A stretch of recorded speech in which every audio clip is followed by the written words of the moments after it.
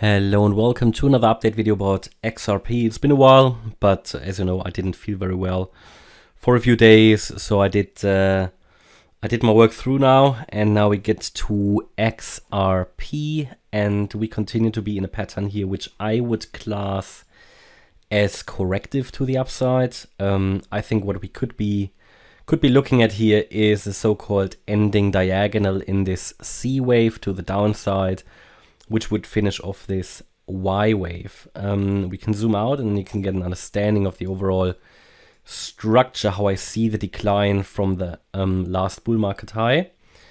And I see the decline as a so-called WXY corrective pattern.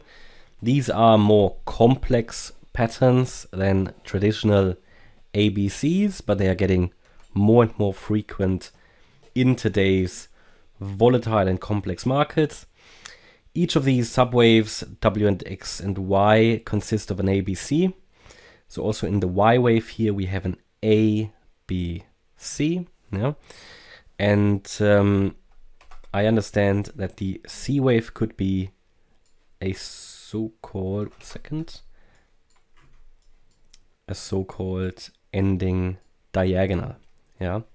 These 5 waves follow obviously a so-called ending diagonal pattern. Then this is not necessarily guided by all the great Fibonacci extension levels, because diagonals are a bit messy. So you can have an overlap between wave 1 and 4, for example. In this case, we've got our wave 1 here, the wave 2 here, the wave 3 down there, the wave 4 here, and ideally we see another wave 5 to the downside. We are in something that you could consider a ascending wedge, generally a rather bearish pattern. It's not a perfect one, but we've got a nicely defined trend line down there. Only basically 2 touch points up there, but still good enough for me. I think it looks like an ascending wedge, and it would make sense to break to the downside here, you know, looking at the overall wave pattern.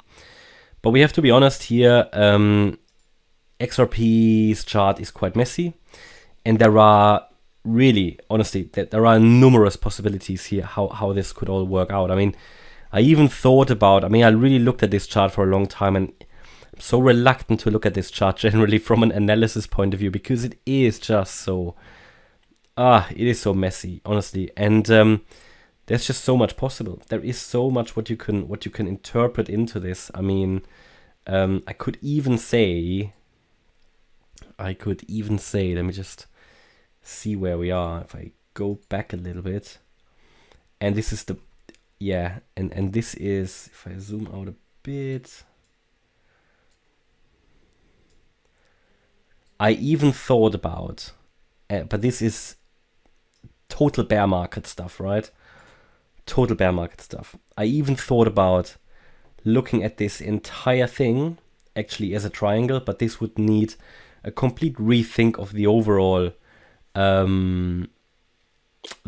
interpretation of this thing here, yeah?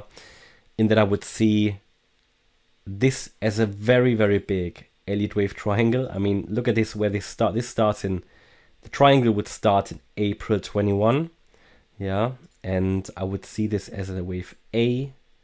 Then this here would have been, where are we? The last low here as a wave B. Let me think. Yeah, that should be a B wave. Then we could get a wave C next here. There'll be a D and an E. I thought about this. I'm not sure. There's literally not enough evidence to really focus on that fully, but it's possible. You know, this could just, because it's just moving sideways, really.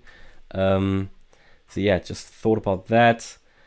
But this obviously is one count that I showed you, and we would break to the downside here, especially likely as long as we stay below 42 cents, yeah, below these 2 swing lows here. What else do we have as a possibility? I could look at this pattern down here, not only as a 3-4, which would result in a 5, but we could also consider it being a breakout pattern. But from experience, what we've seen since June across cryptos, those patterns very rarely did lead to breakouts. So we could look at this, for example, here as a 1, 2 setup. And then here we've got another 1, 2 setup. But then we would now need to be in a third wave to the upside. I don't really see the evidence. This would have to be another 1, 2 setup. And it literally would need to start now from here. If it doesn't, it probably loses every momentum. It would need to break above, yeah, basically 41.8 cents. Don't know. I don't see it at the moment, right? So yeah, for me, a highly uncertain chart, I must say. My focus would still be on the downside here, with key support here around that area, around 31.5 cents.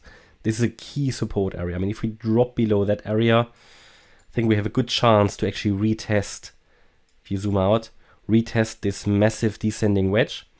Remember, we broke out of this wedge here back in September. We haven't really retested it yet.